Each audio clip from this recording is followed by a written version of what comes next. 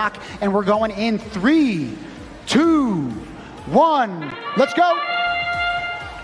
For match 222, we're going to have Team Mauritania, Team Uganda, and Team Madagascar for the Red Alliance. As for the Blue Alliance, we're going to have Team Uzbekistan, Tunisia, and Togo. And Togo, by the way, means House of Sea in the Yui language, and they are bringing down the house here in terms of the competition. They've grown with every game. I can say that we've grown as individuals watching them as a team compete. It's something that has an effect on everybody, regardless of your role. You were talking about Team Togo. They're actually on screen right now, I believe.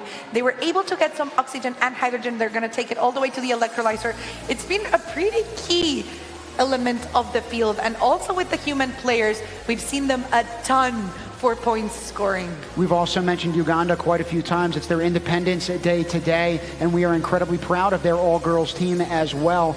Very pleased to see them. They said that they had free dance moves earlier on in the day. I think Blair was down there for a pit interview. We're dancing up here for them as well. Just a small highlight on Team Madagascar. I don't think we had them here on field number 5 before, and this team is pretty unique as characteristics that they have with them. 90% of the animals and wildlife in Madagascar cannot be found anywhere else on Earth. Talk about being special. And Madagascar might have just lost its flag right there, but they have not lost hope in winning this particular matchup right now as an alliance. They're trying to acquire as many of those oxygen particles as possible to deposit them once more in those human player zones where the electrolyzers are. Yes, we're going to be seeing tons of strategies play out.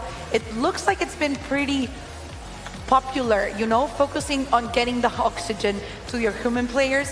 But I think as the teams gain more experience with the robots, with the field, we're going to see that evolving into different things. Even though the robots themselves might have omni wheels to make it easy to pivot, to rotate, and then move forward, those hydrogen tanks are not as easy to manipulate and move. Yes, they have rollers on the bottom, but they are quite finicky, as you can see.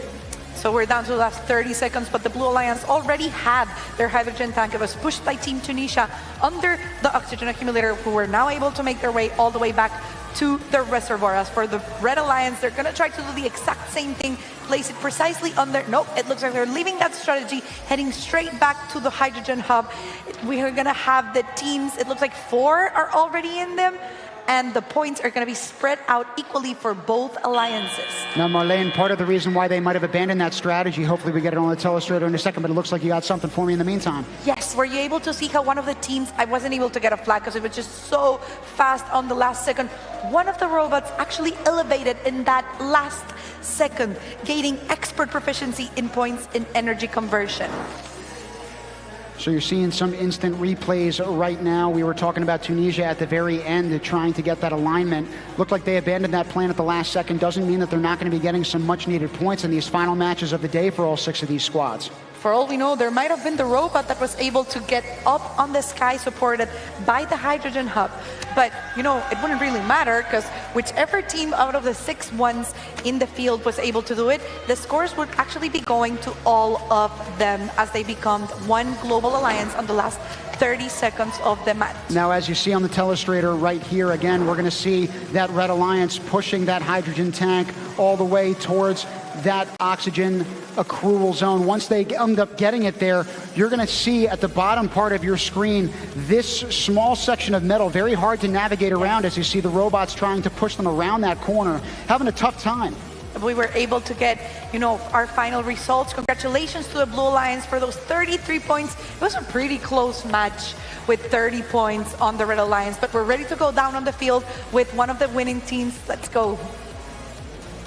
I am here on the field. What's your name? Essorung. Esli. Tell me about the win. She's from Team Togo. Tell me about that win. We're very happy because it's a win that we're expecting a lot. We really discussed about the strategy with the other country. Now, have you noticed improvement all throughout the tournament? Is each match getting a little easier, a little more high scoring? It was very easy because of the other robots. They did a great job. Oh, so teamwork, spreading the love, good for you. And how many more matches do you have?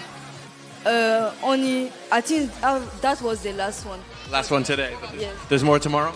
Yes, more tomorrow. All right, good luck tomorrow and great job in that match. We'll send it back to the booth with Tim and Marlena.